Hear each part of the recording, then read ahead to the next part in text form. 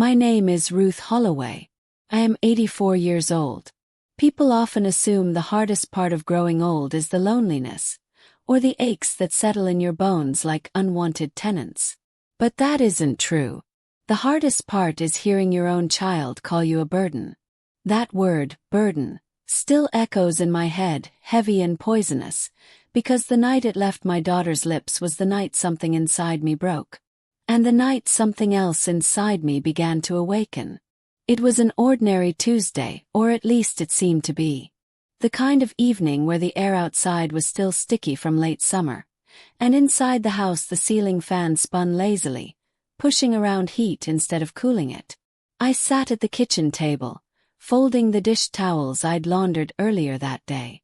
My fingers were stiff, but I still liked to keep busy. Across the room, my daughter Valerie and her husband Simon were whispering in the corner. I'd grown used to those whispers. They thought I couldn't hear, that the hum of the fan and the scrape of the cutlery would drown them out. But age may have bent my back, it may have slowed my steps, it had not dulled my ears. "She's always underfoot," Simon muttered, his voice sharp. "Everywhere I turn she's sitting, shuffling, sighing. It's suffocating." Valerie's voice followed, soft at first, then firmer. I know, but what do you expect me to do?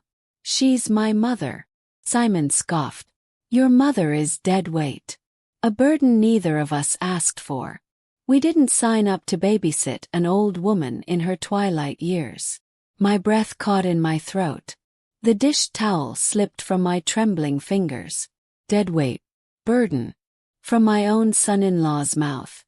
And my daughter did not deny it. Instead, she whispered, almost as though she believed it. "Sometimes I wonder if it would have been easier if she had stayed in that old house. At least then she wouldn't be in the way every minute." My chest tightened, not from age or illness, but from the sudden sting of betrayal. This was the daughter I had raised through every storm, the one I had protected when life was cruel. And now she stood a few feet away, agreeing that I was little more than ballast dragging their lives down. I forced myself to breathe evenly, to keep my face calm. They didn't notice the silence that filled the room after their words, didn't see the way my eyes brimmed but didn't spill. They were too busy plotting, too lost in their own world of convenience. Dinner came and went. Simon cracked jokes at my expense, laughing at the way my hands trembled as I lifted the spoon. Valerie chuckled lightly, avoiding my gaze. I ate slowly, chewing each bite as though swallowing shards of glass. When the dishes were cleared and the house grew quiet, I retreated to the small room they had given me. It was painted beige, plain and dull, with curtains that didn't quite meet in the middle. A far cry from the house I once owned, the home that had been full of color, life and memory. I sat on the edge of the bed, my cane propped beside me, and I let their words replay again and again until they carved themselves into my bones. Dead weight. Burden. But even as the words pressed down on me, something else began to rise. Anger, cold and steady. Not the hot flare of rage that burns and fizzles, but the kind that smolders, gathering strength in silence. Because here's what Valerie and Simon didn't know. That house they mocked, the one I had left behind to move in with them, wasn't gone from my life. Not really. The keys still rested at the bottom of my cedar box, tucked away like a secret. And with those keys came something they could never imagine. Power. I went to bed that night with their voices in my head, and for the first time in months, I didn't cry into my pillow. I smiled into the darkness. If they wanted to call me a burden, they would soon learn what it felt like to lose the roof above their heads, the one that had never belonged to them in the first place. As I drifted into sleep, I heard Simon's muffled laugh through the walls. "She won't last long," he said. Valerie sighed but didn't disagree. I closed my eyes, fingers curling into fists. They thought they had me trapped. They had no idea the keys were already in my hands. Hang on, before I tell you what happened next, make sure you've subscribed and left your thoughts in the comments. This part gets intense. There was a time when Valerie was my everything. She came into the world screaming, red-faced, fists clenched, and I laughed through the pain because I had never heard a sound more beautiful. Her father, Henry, stood in the hospital room holding her like she was made of glass, whispering, "She's ours, Ruth. She's ours." From that moment forward, every choice I made was for her. Henry died too soon. A heart attack when Valerie was only 11. One day he was mowing the lawn, the next he was gone. I can still remember the way she clung to my dress at his funeral, her small body trembling as she whispered, "Don't leave me, Mom. Don't ever leave me." "I won't," I told her. And I meant it. It was just us after that. A mother and daughter bound tighter by grief than we had ever been before. I took extra shifts at the diner, scrubbed floors until my knees ached, just to keep the lights on and food in her belly. She never complained about the hand-me-down shoes or the second-hand school supplies. She'd hug me at night and say, "We're a team, Mom. Just you and me." And we were. When she was sick with the flu at 13, I sat by her bedside 3 nights in a row, spooning broth into her mouth and wiping her forehead with a cool cloth. When she cried over her first heartbreak, I held her in the kitchen until dawn, promising her that no boy's love would ever matter more than her mother's. Even as she grew into a young woman, Valerie always circled back to me. On her wedding day, dressed in white, she clutched my hands and whispered, "I could never do this without you." Tears streaked my face as I watched her say her vows. I thought Robert, so charming in his tux, so attentive with his hand on her back, would protect her, cherish her. I thought he would be the kind of man Henry had been. But masks slip. The first time I felt the crack, it was small. Valerie had invited me for dinner at their new home. I offered to help with the cooking, as I always had. My hands were steady then, quick from years of practice, but Robert waved me off. "You've done enough cooking in your life," he said with a smile that didn't reach his eyes. "Relax. You'll only get in the way in this kitchen." Valerie laughed nervously and echoed him. "Maybe he's right, Mom. Just sit." Stung, but I swallowed it. After that there were more comments, small and cutting. "Are you sure you should be driving this late at night? Don't lift that, Ruth, you'll hurt yourself. We'll take care of the bills. It's complicated for someone your age." Always wrapped in smiles, always brushed off as jokes.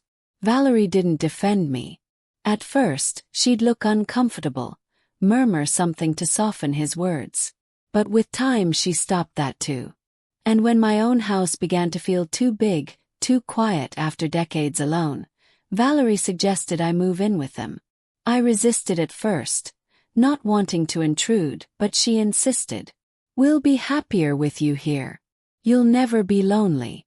And the children will love having their grandmother around." Sounded like a promise. But the reality was something else. First, I tried to make myself useful. Cooked, I cleaned, I babysat. I thought I was helping, thought I was proving I wasn't a burden. But Robert always had a way of twisting things. "She hovers over the kids too much. She rearranges the kitchen when no one asks her to. She folds laundry wrong." Valerie would sigh and nod. Sometimes she'd even add, "Mom, maybe just rest, okay? You don't need to do everything." Rest. That word became a cage. The more I rested, the more useless I felt. And the more useless they told me I was. But the memory that gutted me, the one I couldn't shake, came on Valerie's birthday last year. I had saved for weeks to buy her a bracelet, something delicate and gold, like the ones she admired as a teenager but we could never afford. At dinner I handed it to her, my heart full. She opened the box, smiled faintly and said, "Thanks, Mom." Then she set it aside. Robert leaned over and said with a chuckle, "Sweet, but not really her style anymore. Times change, Ruth." Valerie laughed. She didn't even put it on. That night I cried myself to sleep in the guest room. Not because she hadn't liked the gift, but because for the first time I realized she didn't need me anymore. At least, not in the way I had always needed her. And when people no longer need you, sometimes they stop loving you too. One evening weeks later, I passed their bedroom door and heard Simon's voice. "She's just dead weight, Val. A burden we never asked for." Valerie's reply came, quiet but sharp enough to slice me open. "I know." I stumbled back to my room, clutching my chest. My daughter knew. And she agreed. Before we move on, take a second to hit subscribe and drop a comment. I'd love to hear what you think so far. It happened in pieces, like a vase falling in slow motion, each shard breaking off before the whole thing finally shattered. First, it was subtle. Simon cut my portion smaller at dinner. "She doesn't need as much," he'd say, scraping extra onto his plate. Valerie said nothing. When I tried to help with dishes, Simon waved me off. "You'll just drop them with those shaky hands." Valerie smiled weakly, as though that excused it.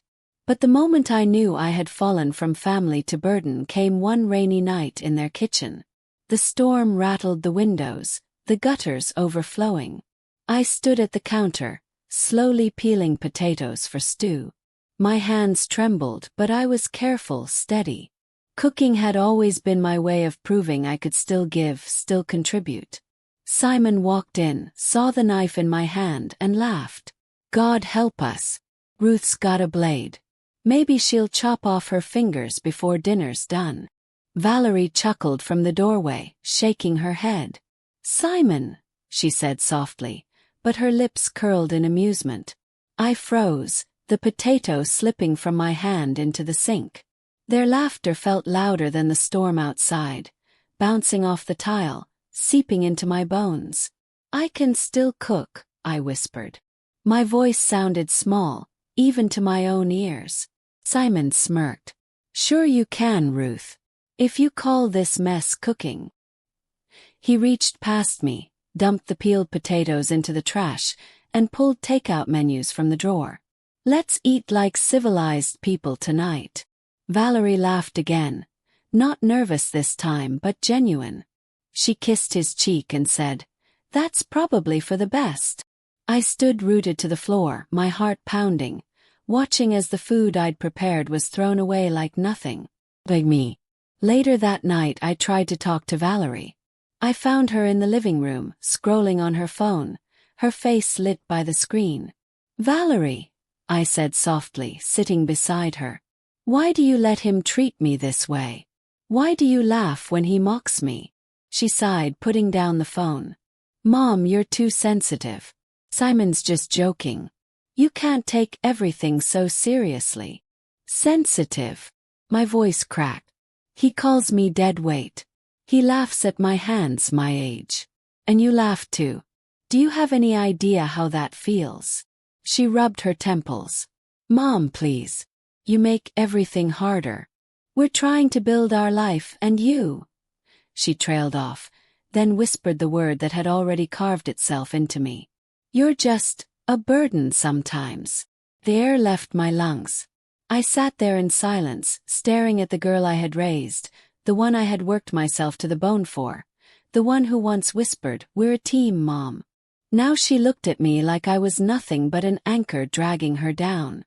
I went to my room, shut the door, and collapsed onto the bed. My chest burned, my throat tight with unshed tears. I pressed my face into the pillow, muffling my sobs so they wouldn't hear. I didn't want to give them the satisfaction. The days that followed blurred together. Meals skipped, jokes at my expense, laughter where once there had been love. My world shrank to the 4 beige walls of the guest room, where I sat staring at the floor, wondering when I had stopped being a mother and started being dead weight. One evening as I passed the dining room, I froze at the sound of their voices. "She's not going to last here much longer," Simon said. "She's old, tired, slowing us down. We need space." Valerie's voice was quiet but firm. "I know. I've been thinking the same thing." My knees nearly gave out. I leaned against the wall, my cane digging into the carpet. They weren't just mocking me anymore. They were planning my exit. That night, lying in bed, I whispered to the darkness, "Maybe they're right. Maybe I am just in the way." But then my eyes drifted to the cedar box at the foot of the bed, the one that held the old house keys. And a thought cut through the despair, sharp as glass. They think I'm powerless. But the roof over their heads is still mine. Before we go any further, click subscribe and let me know in the comments. What would you have done in my shoes? I didn't sleep that night. I lay awake staring at the ceiling, their voices echoing in my head. Dead weight. Burden. She won't last here much longer. Every laugh, every dismissive look, every mocking word had chipped away at me. But this time something new stirred beneath the ache. Heat. Spark. I rolled over and opened the cedar box at the foot of my bed. My fingers sifted past old photographs, Henry's pocket watch, and finally, at the very bottom, the cool weight of metal pressed against my palm. Keys to my house. The house they lived in now. I held them tightly, the grooves biting into my skin. Memories flooded back. The day Henry and I signed the deed. The decades I spent making those walls into a home. The holidays filled with warmth and family. That house wasn't just a building. It was the foundation of my life. And it was still mine. They had forgotten that. Or perhaps they had convinced themselves it no longer mattered. But the papers in my lockbox at the bank said otherwise. The title was still in my name. The taxes had still been paid by me. Every nail in that place, every brick, every inch of the yard was legally and rightfully mine. The very roof over their heads was not theirs. It was mine. And I would remind them of that fact in a way they would never forget. The next morning, when Valerie brought me a slice of toast and watery tea, I smiled faintly. "Thank you, dear," I said softly, hiding the steel in my voice.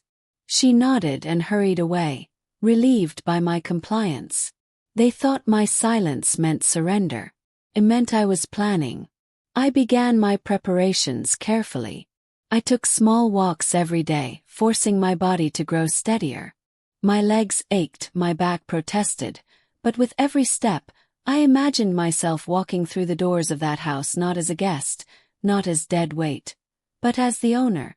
At the library, I requested a copy of the deed, tucked safely in county records. The librarian, a kind young woman with freckles and curious eyes, didn't ask questions when I whispered, "Could I have an extra copy?" I carried that folded paper in my purse like a talisman. Proof. My power in black ink. Then I visited the bank. The clerk, an old acquaintance named Margaret, greeted me warmly. I asked for access to my lockbox, and together we went through the documents Henry and I had kept. Tax records, insurance papers, even the mortgage payoff receipt, stamped paid in full decades ago.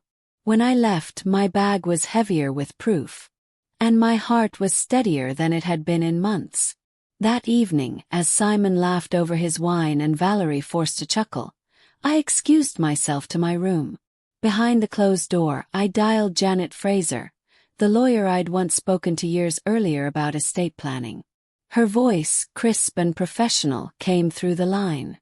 "Mrs. Holloway, what can I do for you?" I explained everything. The way they mocked me. The way they called me dead weight. And finally, the deed, the proof, the ownership of the very house they lived in. Janet was quiet for a moment, then she said, "You have more power than they realize. If the title is still in your name, you can evict them legally. It won't be pleasant, but it will be final." I smiled for the first time in weeks. That's exactly what I want. For the next few days, I played the part of the frail old woman. I let my hands shake. I let Simon laugh. I let Valerie sigh and look away. But inside I was building my storm. At night, I spread the documents across my bed, reviewing every line. The power of ownership was on my side. And soon I would wield it. One afternoon, I found Simon in the living room, his feet propped on the coffee table. He smirked as I passed. "Careful, Ruth. Don't trip. This house isn't exactly designed for the elderly." I paused, looking at him, letting silence hang heavy. Then I said softly, "Oh, Simon, You'll learn soon enough whose house this really is." He laughed, dismissing me. Valerie laughed with him. But my words weren't for their amusement.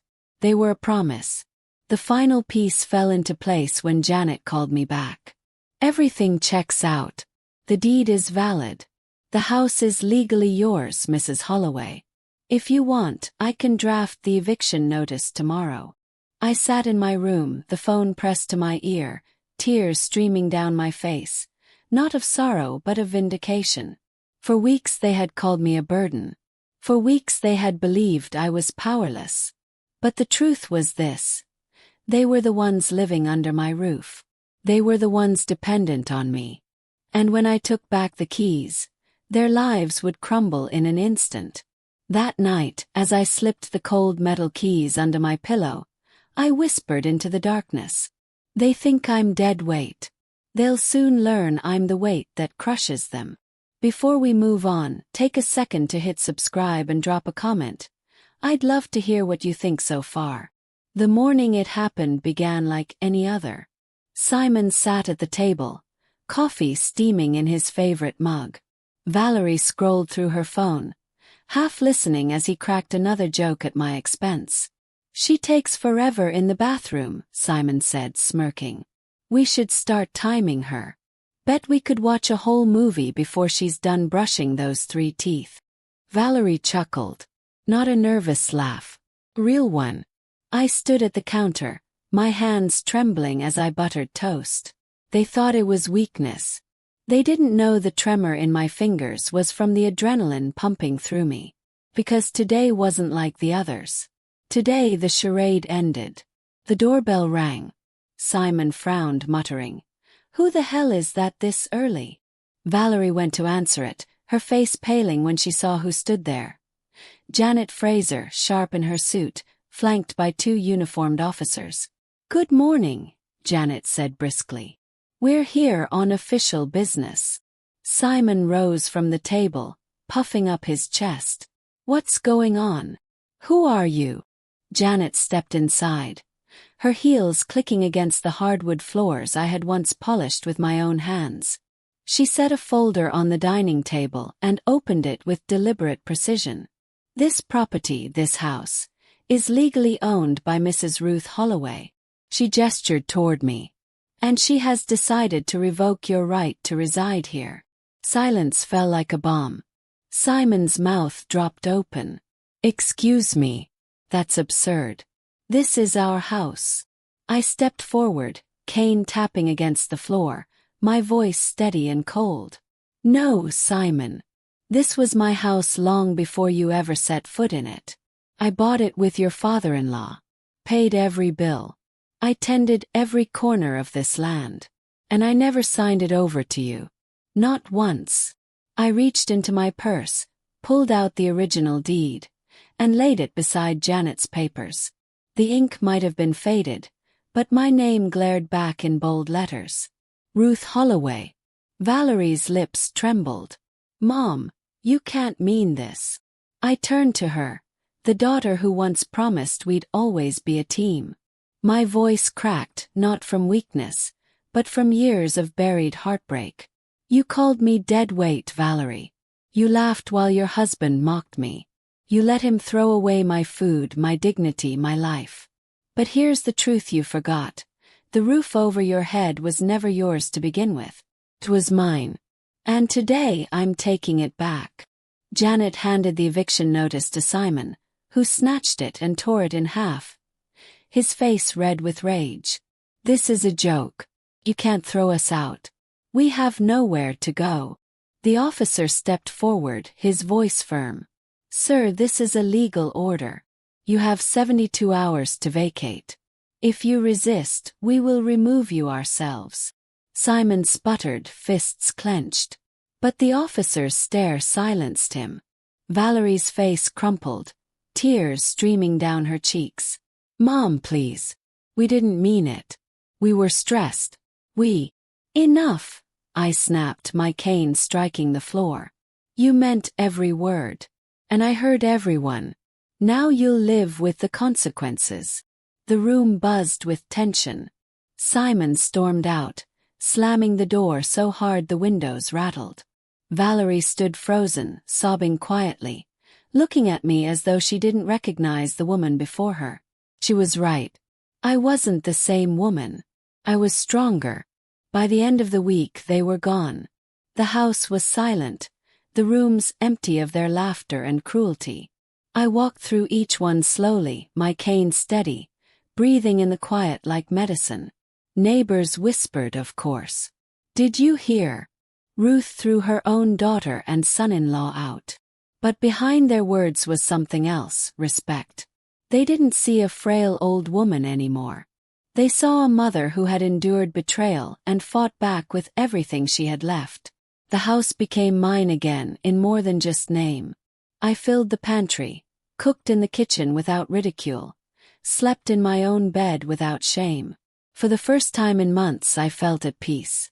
Sometimes when I sat on the porch at dusk, I thought of Valerie as a little girl, clutching my dress at her father's funeral, whispering that she needed me. My heart ached for that child. But the woman she became, the one who let her husband call me a burden, she was a stranger. And strangers don't get to live under my roof. They thought I'd fade quietly, that I'd accept their laughter, their cruelty, their words that cut deeper than knives. But in the end, I reminded them of one simple truth. I wasn't their burden. I was their landlord. And I was done being silent. The house is mine again, my dignity restored, and their arrogance left them with nothing. No forgiveness. No soft ending. Just justice. 4 more stories of betrayal, revenge, and survival. Subscribe and hit the bell so you never miss the next one.